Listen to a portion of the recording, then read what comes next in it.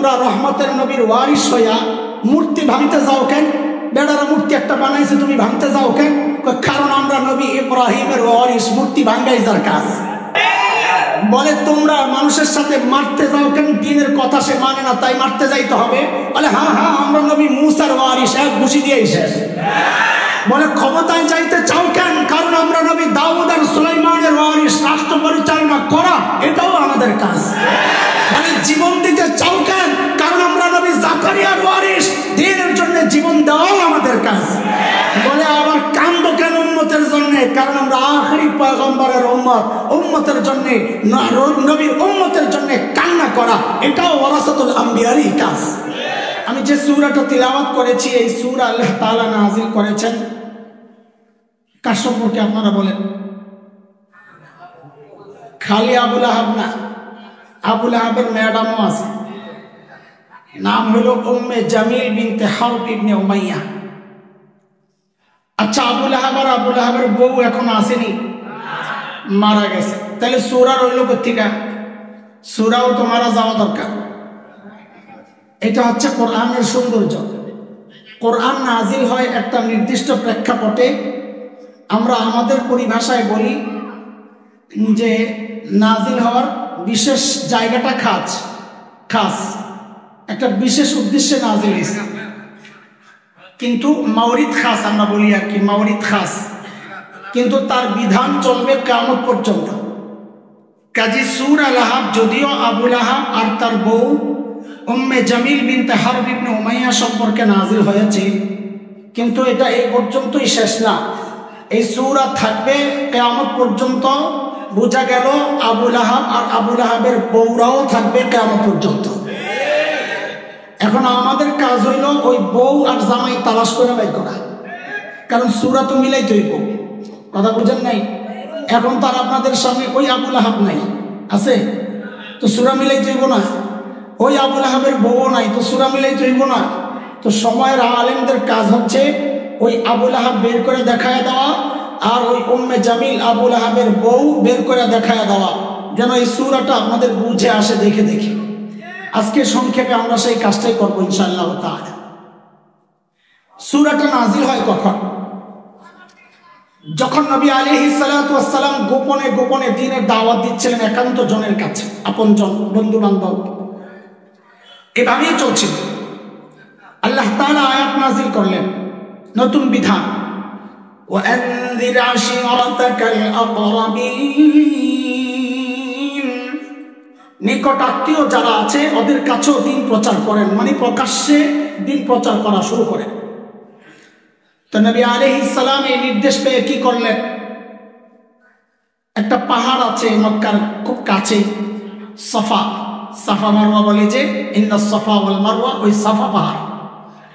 নবী আলাইহিস সালাম সেই পাহাড়ে উঠে তার কওমকে বিপদের সময় যেই বক্তব্যে মানুষকে সতর্ক করা হয় ওই শব্দ দিয়েই ডাকা শুরু করলেন, ইয়া সাবাহা, এভাবে ডাকতে থাকলেন। মক্কার মানুষ বুঝে গেছে নিশ্চয়ই মুহাম্মদ সাল্লাল্লাহু আলাইহি সাল্লাম কোন বিপদের সম্ভাবনা টের পেয়েছেন, আশঙ্কা করছেন, আমাদেরকে সতর্ক করার জন্য এইভাবে ডাকছেন। তো সবাই যায় সাফা পাহাড়ের কাছে যায় জমা হয়েছে। কি, কেন ডাকছ?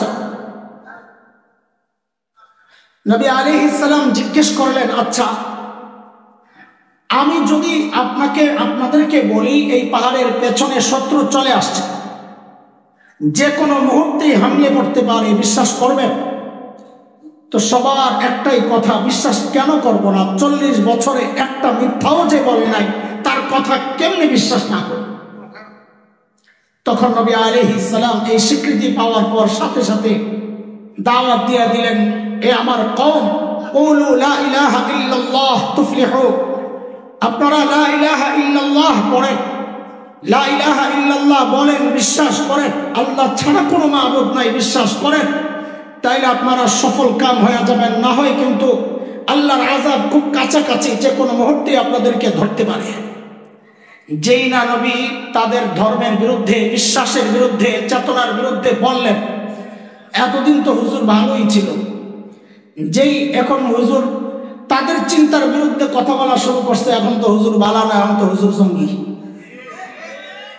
কিন্তু এতদিন পর্যন্ত যেই মানুষটা ছিলেন সবচাইতে ভালো ভদ্র, হঠাৎ তার মতের বিরুদ্ধে একটা বক্তব্য দেওয়ার সাথে সাথেই যে কিছু বলবে, এইটা পারছিল না মক্কার মানুষ।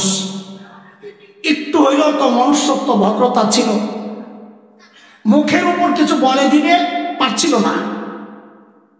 কিন্তু সব সমাজে সবাই যে ভদ্র থাকে ব্যাপারটা এমন না, সব সমাজেই কিছু মুরগি চোরাও থাকে, কালামানিকাও, যাদের মুখে কিছু বাজে না, মুখে যা আসে বলে দেয়।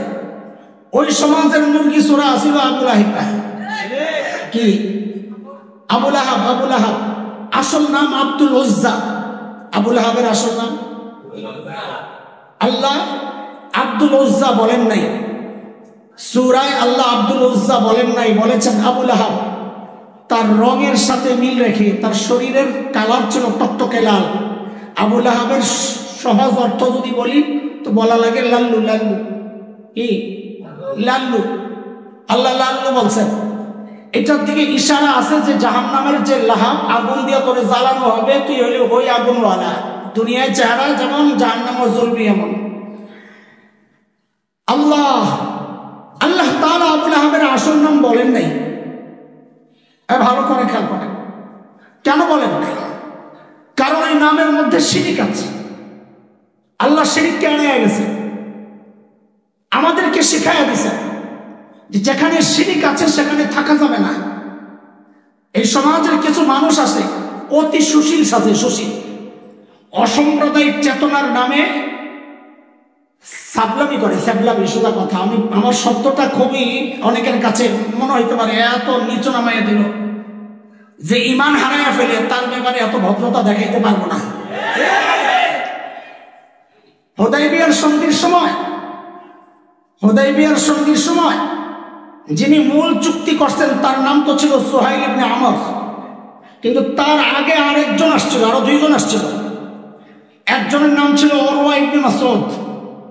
আয়েশা নবী আলাইহিস সালামের সাথে খুব তেরা কথা বলতেছে। তেরা কথা মানে বলে যে দুনিয়ায় এমন কারো নাম শুনছেন আপনি চেনেন যে নিজের কওমের বিরুদ্ধে লড়াই করে? এটা কোনো কথা? আর একটা হইল যে যেই মানুষগুলোর আশায় এত বাহাদুরি দেখাইতেছে, যদি হাইরা যান দেখবেন এই আশেপাশের যেই মাস্তানগুলা আছে, উগ্রগুলা, এগুলা দেখবেন সব আপনারা রেখে পালিয়ে গেছে। হযরত আবু বকর এই কথা শুনে নরম ডাটা গরম হয়ে গেল। আয়া বলল, কি বললি তুই? হ্যাঁ, বাজরাল্লাত যায়া লাতের ওইটা যায়া সোর্স যায়া তুই খেয়াল করেন নাই? লাত তোদের যে মূর্তি আছে, লাত মূর্তি বানানোর সময় বিশেষ অঙ্গ তো বানাইছে, কয় যায়া ওই লাত মূর্তির ওইটা যায়া সোর্স। আনাফিরু আনহু ওয়ানাদা, আমরা বুঝি নবীরে ছেড়ে চলে যাবো, আমরা তো এটা মনে করছস? তো যারা দ্বীনের বিরুদ্ধে দাঁড়ায় ওদের সাথে কোনো ভদ্রতা নাই। আমাদের কিছু সুশীল আছে, অতি সুশীল, বাপরে বাপ, মন্দির পাহারা দেয় ঘোষণা দিয়া, তোমরা মন্দির যা বানাও আমরা আছি, মূর্তি যা বানাও আমরা আছি। দোস্ত, এত সুশীল চাইব না, এটা ঈমান আর কুফরের বিষয়। আমরা তাদের সাথে সুন্দর আচরণের বিরুদ্ধে বলছি না। তুমি তারে খাওয়াও, আর বিয়ে হাদিয়া নিয়ে যাও, তরকারি রানলে একটু বাড়াইয়া রাইন্দা তারে দিয়ে দিও, তুমি গরুর গোশত দিও না, খাইবো না, খামাকা ফালাইয়া দিব, বুঝা শুনে দিও। সব আচরণ ঠিক আছে, কিন্তু ইবাদতের ব্যাপার আসলে লা আ'বুদু মা তা'বুদুন, তোরাও আমাদেরটা করবি না, আমরাও তোরটা করবো না। শুধুই মুখে বলো ধর্ম যার যার উৎসব সবার, এটা মুখের কথা। আমাদের উৎসবে একদিনও গরুর গোশত খাইতে আসে নাই, আর আমরা সেবলামি কইরা গেছি মূর্তি পাহারা দিতে। মাশাআল্লাহ, কেন ওদের হিন্দুরা পুলিশ নাই? হিন্দু পুলিশরা মূর্তি পাহারা দেয়, ওদের কাজ কি? আমার কেন পাহারা দিতে হবে? হ্যাঁ, আমরা পাহারা দিয়েছি কিছু সময়, এটা মূর্তির পাহারা না। মূর্তিকে ভাঙ্গা সাম্প্রদায়িক উস্কানি দেওয়ার জন্য যে পান্ডারা আসবে ওদেরকে খেদানোর জন্য মূর্তি পাহারার জন্য দাঁড়াই নাই, দাঁড়াইছি বিশৃঙ্খলা সৃষ্টিকারীকে রোখার জন্য। বেশকম আছে, ঈমান হারানো যাবে না। আল্লাহ তাআলা আব্দুল উজ্জা বলেন নাই, বলেছেন মুরগি চড়াই তো আর চুপ থাকে নাই, মুখের উপর বইলা দিছে। কি বললি তুই? আয় মুহাম্মদ, হ্যাঁ, সে যেমনি বলে বলুক, আমরা নাম উচ্চারণ করার সাথে সাথে পড়বো সাল্লাল্লাহু আলাইহি ওয়া সাল্লাম। তাব্বান লাক আলিহাযা জামাআত, এই জন্য ডাকছস ধ্বংস। বাপরে বাপ, ধ্বংস হজেই কইছে আল্লাহ তাআলা আরশে আজিম থেকে পাঠায়া দিয়েছেন জবাব, এতদিন শিরক করে বরদাস্ত করেছি, আমার নবীকে গালি দিবি বরদাস্ত করব না। জবাব চলে আসছে আসমান থেকে, তাব্বাত ইয়াদা আবি লাহাবি ওয়া তাব, আবু লাহাব তোর হাত দিল ধ্বংস হোক। এর অনেক ব্যাখ্যা আছে, আমার দিকে গেলে দেরি হয়ে যাবে। আবু লাহাবের হাতও ধ্বংস হয়েছিল, অবশ হয়ে গেছিল, এই দিকটা চিকুন হইয়া কাম করে না। অথবা হাত দ্বারা শক্তির দৃশ্য, আবু লাহাবের শক্তি শেষ, বদরের যুদ্ধে যায়, আসে কথায় পরে আসছে ইনশাআল্লাহ। আল্লাহর জবাবের পর দুইটা ধারা ইতিহাস চালু হয়ে গেছে। এক হচ্ছে দ্বীনের কথা বলার কারণে একটা শ্রেণী পাথর নিয়ে দাঁড়াবে, আবু লাহাব পাথর নিয়ে দাঁড়াইছে, ওই শ্রেণীর এক সিরিয়াল কিয়ামত পর্যন্ত চলবে। আরেকটা শ্রেণী হচ্ছে আল্লাহর পক্ষ থেকে জবাব, কিয়ামত পর্যন্ত আরেকটা শ্রেণী থাকবে যারা দ্বীনের পাথরের মুখে দাঁড়ায়ও দ্বীনের কথা ছাড়বে না। এখন সিদ্ধান্ত আমাকে নিতে হবে দোস্ত, আমি কোন মিছিলের শরীক হব? আবু লাহাবের পেছনে দাঁড়াবো, নাকি আল্লাহ যে জবাব দিয়েছেন নবীর পক্ষে দাঁড়াবো যে আমরা পাথরের মুখেও দ্বীনের কথা ছাড়বো না? সময়ের আবু লাহাবদের পাথরের আঘাত খাবো, বরদাস্ত করব, জেল জুলুম সহ্য করব, ঘাম ঝরাবো, রক্ত দিব, জীবন দিব, সন্তান এতিম হবে, বিবি বিধবা হবে, দ্বীনের কথা ছাড়ি নাই, ছাড়বো না, ছাড়বো না।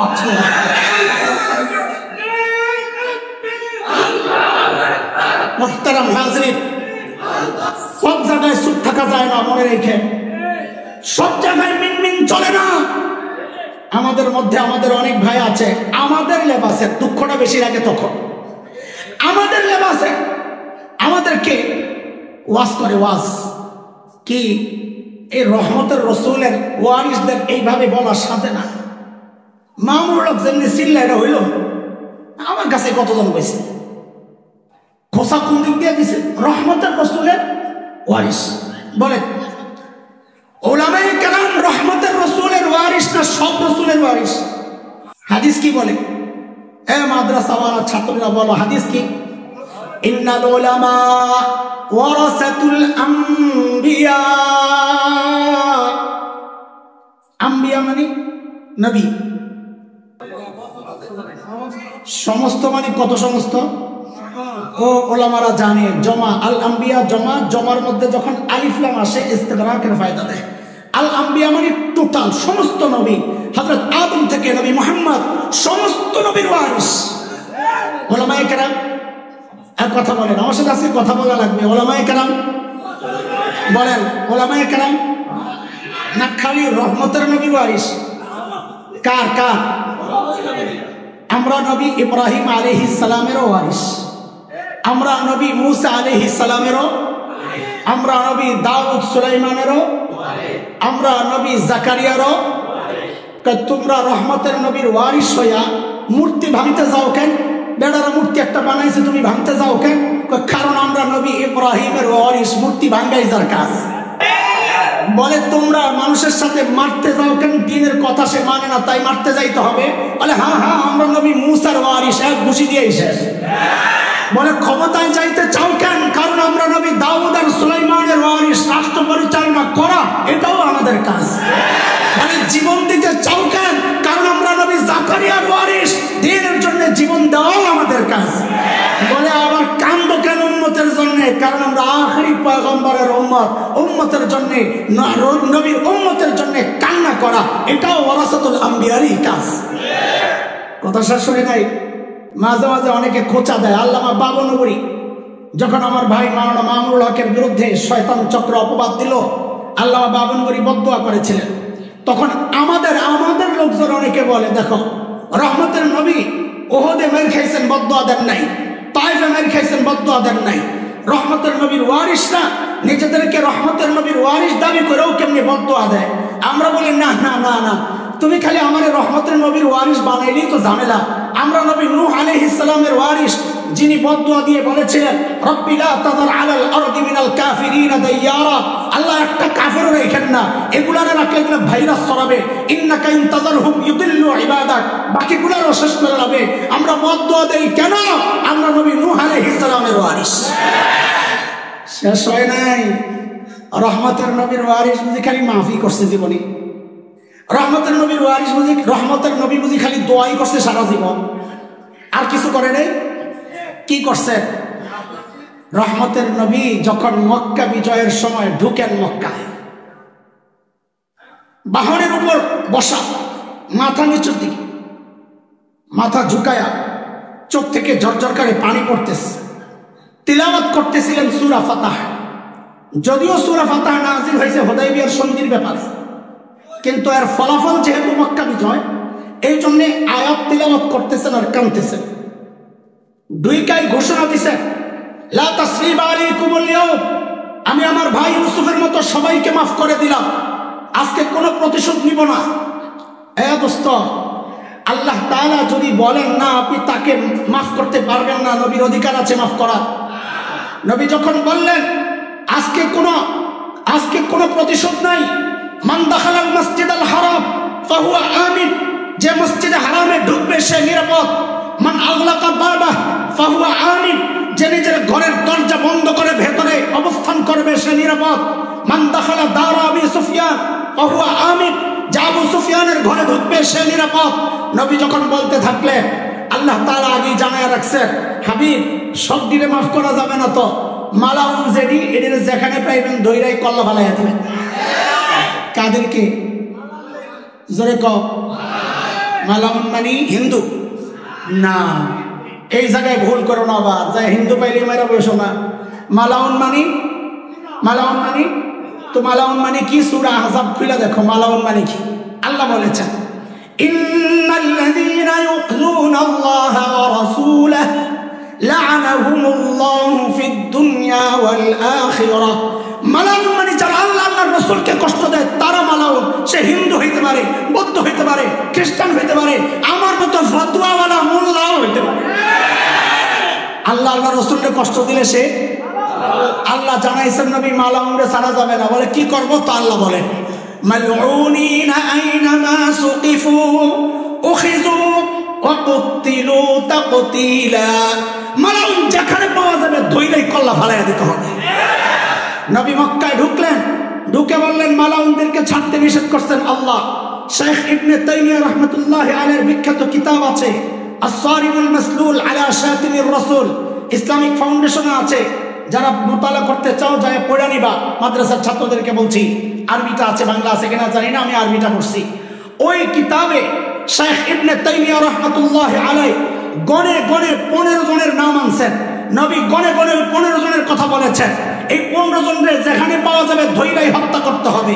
15 জনকে আব্দুল্লাহ ইবনে খাতাল, কুরতুনা, কুরাইনা, সাররা, মাকিস ইবনে সুবানা, হুয়াইরিস ইবনে নাকিব, আব্দুল্লাহ ইবনে সিবিয়ারা, আব্দুল্লাহ ইবনে সাদ ইবনে আবি সারা, হুবার ইবনে আসওয়াদ, ওয়াহশ ইবনে হারব, ইকরামা ইবনে আবি জাহেল, হিন্দা বিনতে উতবা। নবী গনে গনে 15 জনের নাম ঘোষণা করলেন, যেখানে পাওয়া যাবে ধৈরাই হত্যা করতে হবে। আরে সাহাবায়ে কেরাম এমন ভাবে খোঁজা শুরু করছেন কেন? কারণ রাগ আছিল হাজার হাজার কাফেরের উপর। নবী সবাইরে মাফ করে দিছেন, ছেড়ে দিছেন। এখন 15 জনের উপর সব রাগ কাইসা জমা হয়েছে। এরকম দুই একটারে বর্ডারে পাওয়া গেলে পিড়াইয়া, সাপের মতন পিড়াইয়া কলা পাতার উপর শোয়া রাখে। এমন 2-4টারে পাওয়া গেলে পোলাবের নিচে দিয়েও ফাটাইয়া দেয়। আরে কথা বল, কথা বল। কারণ রাগ সব এসে জমা হয়েছে ওটির উপর। 15টার একটা হলো আব্দুল্লাহ ইবনে খাতাল। কে? আব্দুল্লাহ ইবনে খাতাল কি করছে? দৌড়াইয়া যায় কাবার গিলাফ দিয়া নিজেরা ঢাকছে। কাবার গিলাফ দিয়া নিজেরা ঢাকছে কেন? মনে করছে মুসলমান কাবারের সম্মান করে, কাবারের সম্মান যেহেতু করে গিলাফ দিয়া ঢাকলে হয়তো আমাদের ছেড়ে দিব। ঠিক এই কামটাই কিছু কিছু ধোকাবাজ রাজনীতিবিদ করে, যে হুজুররা ইসলামপন্থীরা তো টুপিরে হিজাবরে মহব্বত করে, তো নির্বাচনের আগে দিয়া টুপি টাপি লাগাইয়া হাসান বস্তি হয়ে যায়, নির্বাচনের সময় হিজাব লাগাইয়া রাবিয়া বস্তি হয়ে যায়, 80 রাকাত তাহাজ্জুদ পড়ে। সুবহানাল্লাহ, সুবহানাল্লাহ, আল্লাহু আকবার। আব্দুল্লাহ ইবনে খাতাল যায় কাবার গিলাফ দিয়ে নিচে জড়াইছে। কিন্তু মাথায় তো নাই কিচ্ছু, না আছে? বাবা কয় তুই যে কাবার গিলাপ দিয়ে তোরে ডাকলি নিচি দিয়ে না পাউডি দেখা যায়, মাথায় তো নাই কিছু, থাকলে তো ইমান হতো।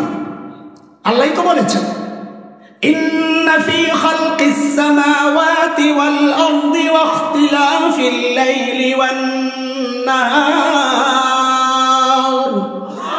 লাআয়াতিন লিউলিল আলবাব। যার মাথায় মগজ আছে সে স্রষ্টা চিনে, সোজা তর্জমা। মাথায় নাই কিচ্ছু, কাবার গিলাপ দিয়ে নিজের ঢাকলে কি নিচে তো পাও দেখা যায়। ছোটবেলায় একটা গল্প শুনছিলাম, শুনবি? এই গরমে দিয়েও গল্প শোনার এনার্জি আছে। নতুন বউ আসছে বাড়িতে, পীড়া আছে না, পীড়া চিনো? করতে চিনবাম, চেয়ার টেবিলে বৈশা খাও। পীড়ার মধ্যে বসছে খাইতে, তো পীড়ার মধ্যে বসছে নতুন বউ। খাওয়ার সময় হঠাৎ বাতাস বেরিয়ে গেছে। হাসির কিছু না, সবারই তো আসে, তো বলতে সুবিধা, এই জন্য আমি উল্টা করে বলি, তোরা বুঝা লইস। দপা আইছে, দপা, তোরা উল্টাই লইস। আওয়াজ সহ কি আওয়াজ সহ নতুন বউ শ্বশুরের সামনে দপা বেরিয়ে গেছে, আওয়াজ সহ। কি শরম নয় না? বউ শরম কাটানোর জন্য ওই যে টিনের প্লেট, আগে খাইতো না টিনের প্লেট, ওটির মধ্যে বসে, তো এখন আঙ্গুল দিয়ে প্লেটের মধ্যে এরকম জোরে জোরে গুতা দেয়, তো ক্রপ ক্রপ আওয়াজ হয়, মানে বুঝায় শ্বশুর আব্বা আগে যে আওয়াজটা হয়েছে এটা এই আঙ্গুলের আওয়াজ। শ্বশুর দেখছে বউ তো সারা জীবনে এই শর্মে শর্মে থাকবো, ওর শরমটা ভাঙিয়া দিই। তো শ্বশুর বলে বৌমা আওয়াজটা নাইলে কোন রকম ডাকলা গন্ডটারে কি করবা? আব্দুল্লাহ ইবনে খাতালের গল্প যখন কিতাবে পড়ি, তা আমার কাছে ওই কথাই মনে পড়ছে, তোর বড়িরা নাইলে কোন রকম কাবার গিলাপ দিয়া ডাকলি নিজে যেন ফাও দেওয়া যায়। ফাও কি করবি? দূর থেকে হযরত আলী দেখছেন একটার পাও দেখা যায়। হায়, মেজাজ তো খারাপ হয়ে রয়েছে, কারণ ওই যে সব রাগ 15টার উপরে, তলোয়ার লইয়া সোজা দৌড়। কে ভিতরে চিন্তা করে না? দুই সাহাবী দেখছে আলী যেই দৌড় দিছে রে, কাস্টমার একটা পাইছে মনে হয়, হেরা কিছু ভাবনা ছাড়াই পিছে পিছে দিছে দৌড়। আরে সিরাতে মুস্তাফা বইটা দেখো, গল্পটা আছে। আল্লাহ হযরত আলী বাইর করছে, বাই কইরা কল্লাডারে কাইটা একদম এমনি ঝুলাইয়া রাখছে মাকাম ইব্রাহিমের পাশে। এই কাজটা করছে রহমতের নবীর ওয়ারিস একজন প্রিয় সাহাবী হযরত আলী কাররামাল্লাহু ওয়াজহা। খালি রহমতের নবীর গল্প শোনাও করে, তো এই গল্প শোনা। দয়ার জায়গায় দয়া, কঠোরতার জায়গায় কঠোরতা। সব জায়গায় মিনমিন চলে না, কিছু জায়গা আছে স্পর্শকাতর। আপনাদেরকেও বলি, এখানে মিনমিন চলবে না। আপনি দল কোনটা করেন এটা নিয়ে আমার বিষয় না। নামাজ পড়েন কি পড়েন না হিসাব নেবেন আল্লাহ তাআলা, আমি কিছু বলবো না। কিন্তু মনে রাখেন, আল্লাহর থেকেই এই সিস্টেম চালু আছে। আল্লাহ নবীর বেয়াদবদের বিরুদ্ধে জবাব দিয়েছেন, জবাব আমরাও দিতে চাই। স্পষ্ট কথা, এখানে কোনো লুকোচুরির কথা নেই, কোনো মিনমিন নাই। একটাই কথা, স্পষ্ট কথা, আল্লাহর নবীকে যদি কেউ গালি দেয়, আল্লাহর নবীর সাথে যদি কেউ বেয়াদবি করে, আল্লাহর কসম সব বরদাস্ত করতে পারে মুসলমান। এটা বরদাস্ত করতে শিখি নাই, বরদাস্ত করবো না। আমি স্পষ্ট জানাইয়া দেই, খোদার কসম খায়া বলি, যে দেশের আইন কি আছে, আদালতে কি হবে জানি না, আমার পরিণতি কি হবে জানি না। আমি যদি আমার সামনে কোন নবীকে গালি দেয় এমন কাউকে পাই, আল্লাহর কসম ওকে আমি শেষ করে ফেলবো।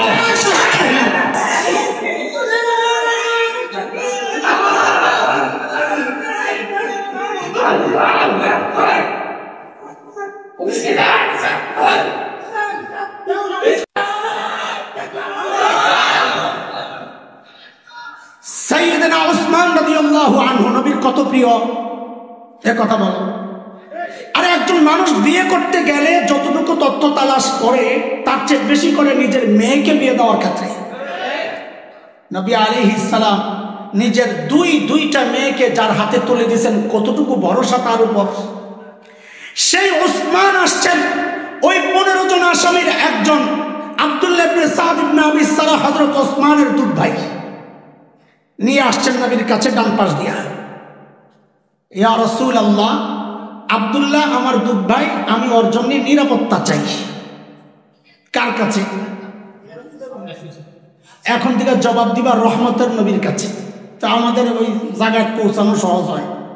বলো কার কাছে? আল্লাহর হাবিব হযরত ওসমানের সুপারিশ অগ্রাহ্য করে চেহারা ফেরত আনছেন। কে আনছেন চেহারা? হ্যাঁ হ্যাঁ সাবাস, কে আনছেন? ঘোষা তো দাও না, রহমতের নবীর ওয়ারিস গো, রহমতের নবীর হালত দেখো মিয়া, মুখ ফিরে আনিছে। হযরত ওসমান আবার এই পাশে, ইয়া রাসূলুল্লাহ আব্দুল্লাহর নিরাপত্তা চাই। আল্লাহর হাবিব আবার চেহারা ফেরত দিয়েছে। কে? হযরত ওসমান আবার আসছেন, ইয়া রাসূলুল্লাহ আব্দুল্লাহর নিরাপত্তা চাই। নবী আবার চেহারা ফেরত আনছেন। কে? হযরত ওসমান আবার, ইয়া রাসূলুল্লাহ আব্দুল্লাহ ইবনে সাদ ইবনে আবি সালাম আমার দুধ ভাই নিরাপত্তা চাই। আল্লাহর হাবিব তিনবার, ওসমানের মতো মানুষ বারবার এত রিকোয়েস্ট করতেন, আচ্ছা যাও নিরাপত্তা দিয়ে দিলাম। দিয়াই নবী বলছেন, এই আমি যে এদিন ওদিক তাকাইয়া কাল ক্ষেপণ করতেছিলাম, এই সুযোগটা নিয়ে তোর কল্লাটা ফালাইয়া দিলি না কেন? কার কথা এটা? আরে কার কথা বলো? দয়া দেখাও না, আমাদেরকে দয়া শেখাও। রহমতের নবীর ওয়ারিস হওয়ার খোঁচা দাও। আরে রহমতের নবী কি করছেন দেখো। সাহাবায়ে কেরাম তো আফসোস, আহারে বল মারতে ছুটে গেল। ইয়া রাসূলুল্লাহ একটু চোখের ইশারায় কইতেন, ওরে সাইজ কর। আল্লাহর নবী, দেখো আমার নবীর আদর্শ। আল্লাহর নবী কি বলেন? আমি নবী, নবীদের সামনে চোখের ইশারায় কথা বলা, নবীরা যা বলেন তো সরাসরি বলেন। নবীর ওয়ারিস হিসাবেও আমাদের অবস্থা তাই। তোমাদের ওই রাজনীতি আমরা বুঝি না, মুখে বলে একটা ভিতরে আরেকটা। আমরা যা বলি সরাসরি বলি, কাউকে পরোয়া করি না, কাউকে ত্যাগ দিতে জানি না, যা বলি তো সরাসরি বলি। ওই 15 জনের আরেকজন হযরত ইকরামা ইবনে আবি জাহল, পরে তো বড় মুসলমান হয়ে গেছেন। শুরুর দিক থেকে অনেক জ্বালাইছে ইকরামা, অনেক অনেক জ্বালাইছে। সব যুদ্ধের নেতৃত্ব বীরত্ব দেখাইছেন। ওহদের যুদ্ধে বিশেষ করে যে দুইজন বীরের বীরত্বের কারণে মুসলমান সাময়িক পরাজিত হয়েছে, একজনের কথা তো আমরা জানি, হযরত খালিদ ইবনে ওয়ালিদ। কিন্তু তিনি ছিলেন ডান ডিভিশনের নেতৃত্বে, বাম ডিভিশনের নেতৃত্বে ছিলেন হযরত ইকরামা। অনেক জ্বালাইছেন ইকরামা। নবী নাম ঘোষণা করছেন, ইকরামারে যেখানে পাওয়া যাবে ধৈর্যই কল্লা ভালাইয়া দিতে হবে। ইকরামা এই পরওয়ানার খবর শুই না সোজা দৌড় ঘোড়া লইয়া ইয়ামানের দিকে। কোন দিকে? ছুটছে ইয়ামানের দিকে। যাইতে যাইতে যায় দেখে হঠাৎ করে নদী একটা পড়ছে। এটা তো বাংলাদেশের চেয়ারম্যান না যে নদী পড়ছে, যে ডুব নদীর মধ্যে ঝাঁপ দেয়, পুকুরের মধ্যে ঝাঁপ দেয়, পাবলিক পুকুরের মধ্যে ঝুলায়। এ তো বাংলাদেশের চেয়ারম্যান না, আরবের ইকরামা। পানি দেখে অভ্যাস নাই, মরুভূমির মধ্যে বড় হয়েছে, পানি দেখে ডরাই গেছে, এখন কি হবে? এর মধ্যে একটা নৌকা আসছে। হযরত ইকরামা নৌকায় উঠছেন, নৌকা মাঝামাঝি গেছে, এর মধ্যে ঝড় তুফান শুরু হয়েছে। আর নৌকার মধ্যে ঝড় তুফান হইলে সব তো বুজুর্গ হয়ে যায়, জানেন তো না? হযরত ইকরামাও বুজুর্গ হয়ে গেছে, ডাকা শুরু করছে, ইয়া লাত ইয়া উজ্জা ইয়া মানাত ইয়া হুবাল আমারে বাঁচা। নৌকার মাঝি মুরব্বী কাম হইব না,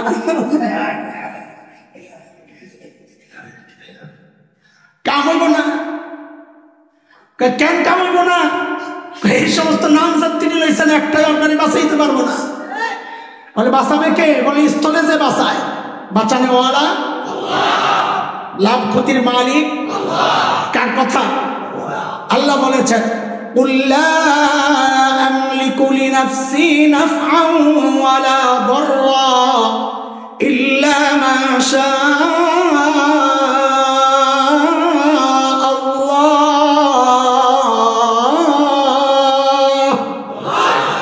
সবকিছুর ক্ষমতা কার? ফসল কে দেন? আর এই কথা কয়া তো আমাদের রহমান হিসাব যে বিপদে পড়ছে, এই যেই কয় বছর জেলে আসিল এই কথা কয়া। ওই যে ফেসিস্ট ভাগলপুরি হযরত, আমি কই ভাগলপুরি কয় হাসিনা বলছিল ফসল আইছে বলে কার বরকতে। আমার ভাই প্রতিবাদ করছে, কয় এত মক্কার কাফেরের চেয়েও খারাপ। মক্কার কাফেরও কয় আসমান থেকে বৃষ্টি আসে, রিজিক দেয় আল্লাহ। মক্কার কাফেরও স্বীকার করে এটা, আর কয় ওই সমস্ত দেবদেবী বলে ফসল দেয়। এইটা কইছে তো মক্কার কাফেরের চেয়ে খারাপ। এখন কি বানাইছে? আনসারুল্লাহ বাংলা টিমের প্রধান বানাই দিছে।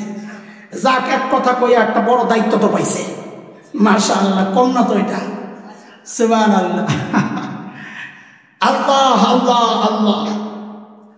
হযরত ইকরামা এই কথা শুই না সাথে সাথে দিল পাল্টায় গেছে। কি পানিতে আমার লাত উজ্জা বাঁচাইতে পারবো না, এখানে ওই আল্লাহ, তো যেই আল্লাহ সব জায়গায় বাঁচায় ওইটারে ছাইরা লাভ কি? সাথে সাথে ইকরামা বললেন আল্লাহুম্মা লাকা আহদুন ইন আফাইতানি মিম্মা আনা ফীহি আন আতিয়া মুহাম্মাদা হাত্তা আদা ইয়াদাইয়া আলা ইয়াদাইহি ফালা আজিদান্নাহু আফুওয়ান গফুরান কারীমা। বলা ভাই না আফুওয়ান গুনাহ করে লাইছি না, এটা কোরআন শরীফ না, এখানে কায়দা চলে না। ইকরামা কাল আল্লাহ চাই বিপদে আমি পড়ছি, যদি বাঁচায়া দেন সরাসরি জামুগা নবীর কাছে যায়া তার হাতে হাত রেখা বায়াত করবো, মানে মুসলমান হয়ে যাব। আমার বিশ্বাস তিনি আমাকে ফেরত দিবেন না, আমাকে শায়েস্তা করবেন না। ফালা আজিদান্নাহু আফুওয়ান গফুরান কারীমা। আমার বিশ্বাস তিনি আমার সাথে ভালো আচরণ করবেন, ক্ষমার আচরণ করবেন, কারণ ওরা জানে নবী তার ধর্মের বিরুদ্ধে থাকলেও মানুষ যে ভালো এটা সবাই জানে। ইকরামা এই দোয়া দরুদ পড়তেছে, এর মধ্যে ইকরামার বউ উম্মে হাকিম বিনতে হারিস ইবনে হিশাম মুসলমান হইয়া স্বামীরে বাঁচানোর জন্য নবীর কাছ থেকে নিরাপত্তা নিয়ে পিছে পিছে দৌড়াইতেছে। জামাই তো মায়া তো লাগে, নদীর পার থেকে ডাকতেছে ইয়াবনাম, ও শাস্তু ভাই।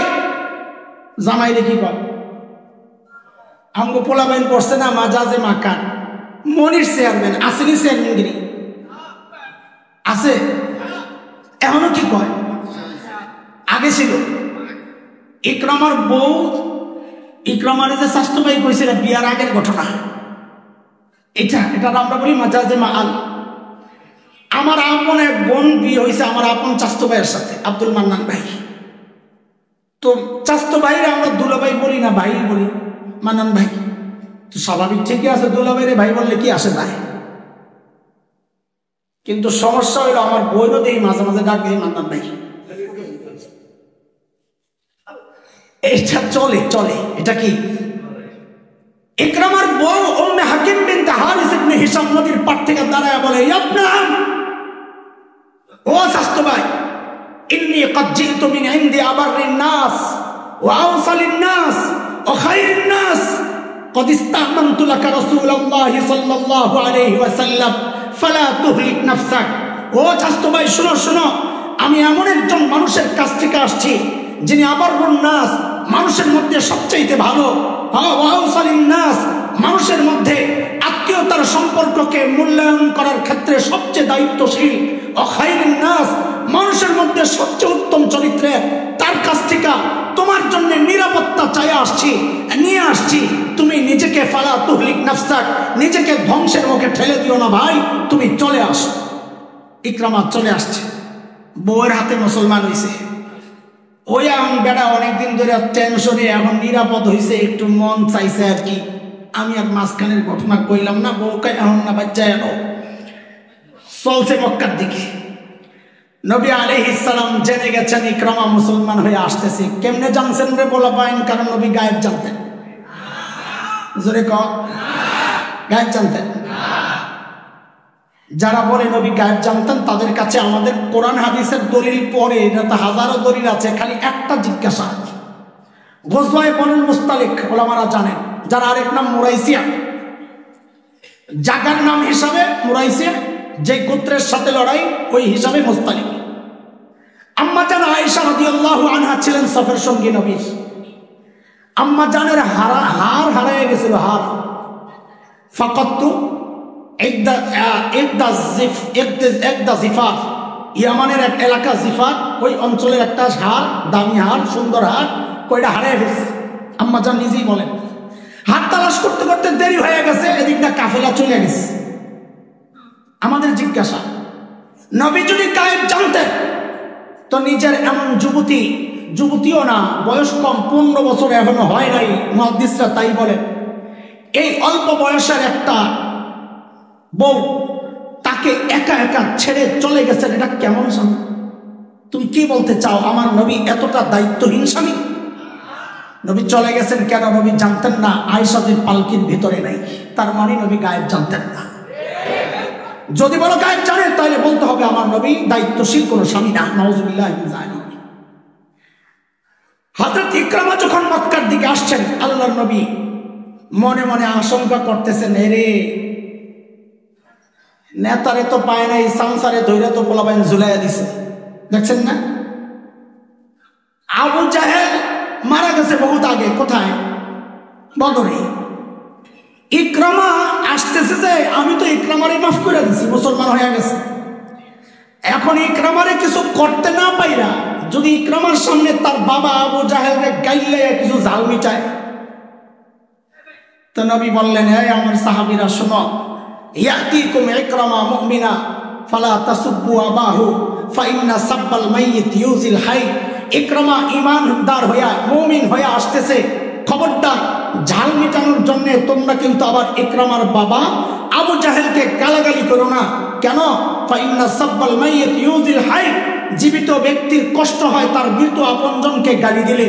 আমরা বলি নবীর এই একটা আদর্শের কথা যদি উম্মত গ্রহণ করত, পূর্বের নেতা নেত্রী যারা চলে গেছে তাদেরকে গালাগালি করা, তুচ্ছ তাচ্ছিল্য করা যদি ছেড়ে দিত, তো আর আজকে এতটা সমস্যা হইতো না। অদস্ত এই গল্প শোনানোর মাকসাদ একটাই, আমি আর পুরা বলছি না। আমি 15 জনের ইতিহাস পড়েছি, একদম সব গোড়ায় গোড়ায় খোঁচায়া খোঁচায়া পড়ছি। পড়ার পর আমার যেটা উপলব্ধি হয়েছে, এই 15টাই ছিল সাংস্কৃতিক কর্মী, কবি সাহিত্যিক, নাচে এই সেই আকাম কুকাম যা করত। ওই সময়ের সাংস্কৃতিক কর্মীরাও, ওই সময়ের শিল্পীরাও এরকম দিন বিদ্বেষী ছিল।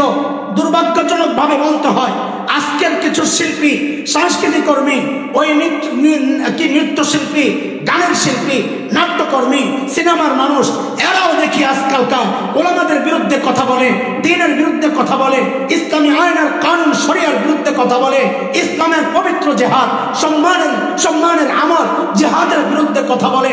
আমাদের স্পষ্ট পয়গাম, ওদেরকে যেমন ছাড়া হয় নাই, বর্তমান সময়েও যদি কেউ ইসলামের বিরুদ্ধে অবস্থান নেয়, জিহাদের মতো পবিত্র ইবাদতের বিরুদ্ধে অবস্থান নেয়, আল্লাহর কসম একটা কেউ ছাড়া হবে না, একটা কেউ ছাড়া। তাব্বাত ইয়াদা আবি লাহাবিন ওয়া তাব। আবু লাহাব তুই শেষ। বদরের যুদ্ধ, আবু জাহেল কয় দোস্ত যাওয়া লাগবে। কই যুদ্ধ করতে? কয় ভাই আমি যাবো না। কেন? কয় মুহাম্মদ কইছে আমি শেষ, আমি বাইরেই শেষ। বিশ্বাস কিন্তু করে। আবু জাহেল কয় দোস্ত না গেলে ইজ্জত থাকবো, তুমি নেতা মানুষ। আবু লাহাব কয় তুমি যাই কো, আমি যাবো না। তো কি করা? কয় চিন্তা নাই, আমার পয়সা টয়সা দিয়ে একটা গোলাম ভাড়া করে আমার পরিবর্তে পাঠাইয়া দিয়ে। আমরা কই ও সিস্টেমে আবু লাহাবের মিছিলে লয়া যায়, এলাকার যত শ্রমিক নেতা তথা রিক্সা চালক, গার্মেন্টস কর্মী, এগুলার বিরিয়ানির পোটলা দিয়ে মিছিলে লয়া যায়। এটা সিস্টেম আবু বেড়ি রাতে বিরিয়ানির পোটলা। কয় কেন আইসেন? কামড় নেত্রী ভাষণ দিব। আপনার নেত্রীর নাম কি? কয় খালেদা জিয়া। মিটিং হইল আমেরিকার। কারবার দেখছেন? তার মানে বিরিয়ানি খাওয়াইতে নিছে। শিখছে কার থেকে? কথা কয় না, শিখছে কার থেকে? আবু লাহাব থেকে। যুদ্ধের পর আবু লাহাব যায় নাই ঠিক, কিন্তু আল্লাহ যারে ধরে সে বাঁচতে পারে। কথা কয় না, আল্লাহ যারে ধরে বাঁচার উপায় আছে। যুদ্ধে যায় নাই, তাতে কি যুদ্ধ থেকে ফেরত আসার পর আল্লাহ আবু লাহাবের গলার মধ্যে এমন এক ফোড়া দিয়া দিয়েছেন প্লেগ, এইটার ব্যথায় ময়রা ঘরের মধ্যে পয়চা শেষ, দুর্গন্ধ বের হয়েছে। এর আগে আবু লাহাব বলতো, আমার মুহাম্মদ যা বলে যদি আযাব চলেই আসে, আমার টাকা পয়সা আছে, লোক আইনা আমি ওই আযাব প্রতিহত করব, আমার সন্তানরা আছে আমি প্রতিহত করব। এখন যেমন কাকাই কইছিল ছাত্রদেরকে দমানোর জন্য আমাদের নেতা কর্মীরাই যথেষ্ট, বলছিল কি বলছিল না? আবু লাহাবও বলছিল। আল্লাহ কয় মা আগনা আনহু মালুহু ওয়া মা কাসাব। আবু লাহাব বারে তোর মালও তোরে বাঁচাইতে পারবো না, তোর সন্তানও তোরে বাঁচাইতে পারবো না। আবু লাহাবের শরীরে যখন পচন ধরছে, যেই সন্তানের ভরসায় সে এই বাহাদুরি করেছে, ওই সন্তানরাও লাশে হাত দেয় না, গোলাম ভাড়া করে আনছে। হাবশি কালা গোলাম ভাড়া করে আইনা গোলামরে দিয়া পাস করছে। কারণ গোলামরে দিয়া পাস করবো না তো কি দিয়া করব? তখন তো হেলিকপ্টার আসিল না যে হেলিকপ্টার দিয়ে পাস করবো। আরে বুঝে আসছে কি কথা? কোন দিকে যাইতেছে কথা? গোলামরা নিয়ে গর্ত করে পাথর চাপা দিছে। কেন? আল্লাহর বিধান এটা। আমার নবীর বিরুদ্ধে যারা অবস্থান নেবে তাদেরকে দিয়ে আমি তাদেরকে শায়েস্তা করব। আবু লাহাবের মাল আবু লাহাবকে বাঁচাইতে পারে নাই, আবু লাহাবের সন্তান শক্তি আবু লাহাবকে বাঁচাইতে পারে নাই, আবু লাহাবের কর্মে আবু লাহাবকে বাঁচাইতে পারে নাই। আমরা বলি আজকে ছাত্র আন্দোলনের সফলতা আমরা দেখেছি, আমরা বলি এটা তো খাবারের শেষ লোকমা, শেষ লোকমা দিয়েই পেট ভরে না। লোকমার শুরুর যেমন ভূমিকা থাকে পেট ভরার, লোকমার শেষটারও ভূমিকা থাকে পেট ভরার। ওই লোকমা তো শুরু হয়েছিল সাপ্লাই সেই রক্তের স্রোতের মাধ্যমে, লোকমার শেষটা হয়েছে ছাত্র আন্দোলনের মাধ্যমে। আমাদের দোষটা কি ছিল? এই সাপ্লাই রক্তাক্ত আমার শরীরকে, আমার ভাইয়ের শরীরকে, আমার সন্তানের বুককে কেন ঝাঁঝরা করা হয়েছিল? হয়েছিল একটাই কারণ, তারা নবীর ইজ্জত রক্ষা করার জন্য গিয়েছিল। তাদের বুক যখন ঝাঁঝরা করেছ, আল্লাহ সময় নিয়েছেন, আল্লাহ তাড়াহুড়া করেন না। আবু লাহাবরা বাঁচতে পারে নাই, সাপ্লাই যারা ইমানদার আশিক রাসূলদের বুক ঝাঁঝরা করেছে তারা বাঁচতে পারে নাই, বাঁচতে পারে না।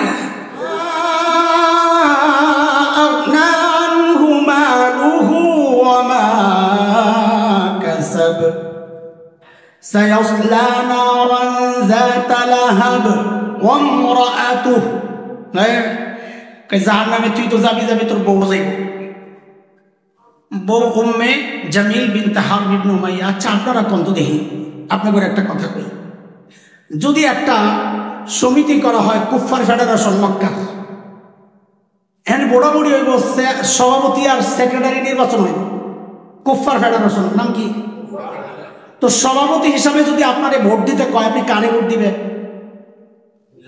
আবু জাহেল ভোট দিবেন না, কাফেরে কি ভোট দেবো, সুরে ভোট দিয়ে আনুন। এতদিন কি করছেন তাইলে? এতদিন কি করছেন? চোর গরিব তো আনছেন, তো এখন ভোট দিলে কি সমস্যা? কুফফার ফেডারেশনের সভাপতি হিসাবে কারে ভোট দিবেন? আর একটা কম আবু জাহেল রে, যদি আবু জাহেলরে সভাপতি দেন, সেক্রেটারি হিসাবে কারে দিবেন? আবু লাহাব রে। তাহলে দুইজন শ্রেষ্ঠ সেরা হইল আবু লাহাব আর আবু জাহেল।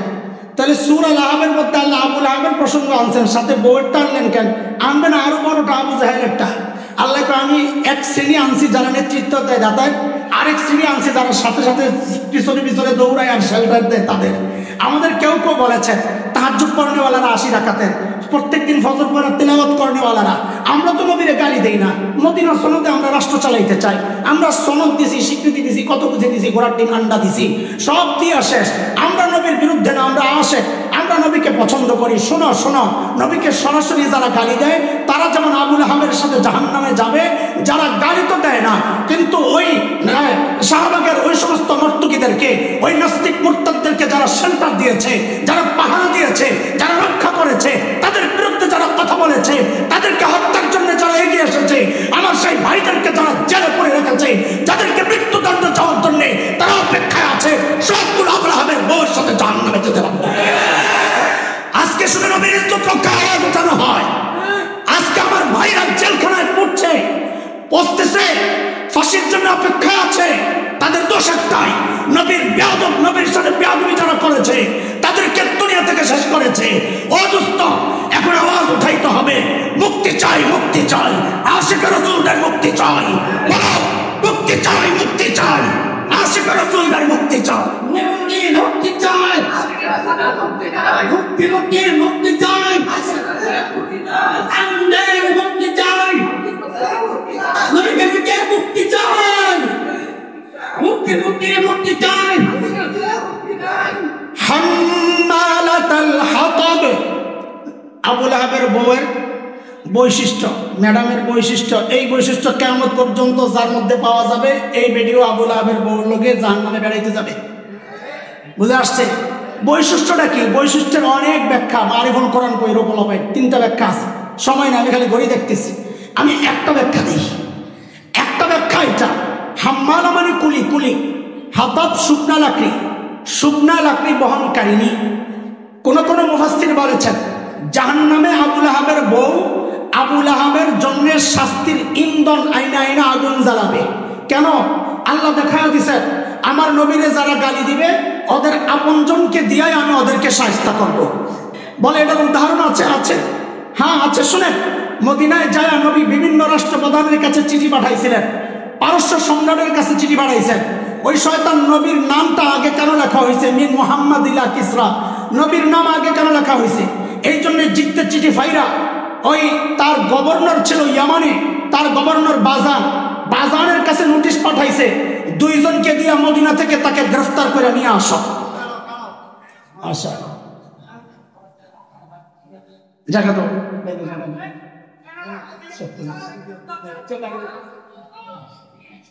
আহলান সাহলান।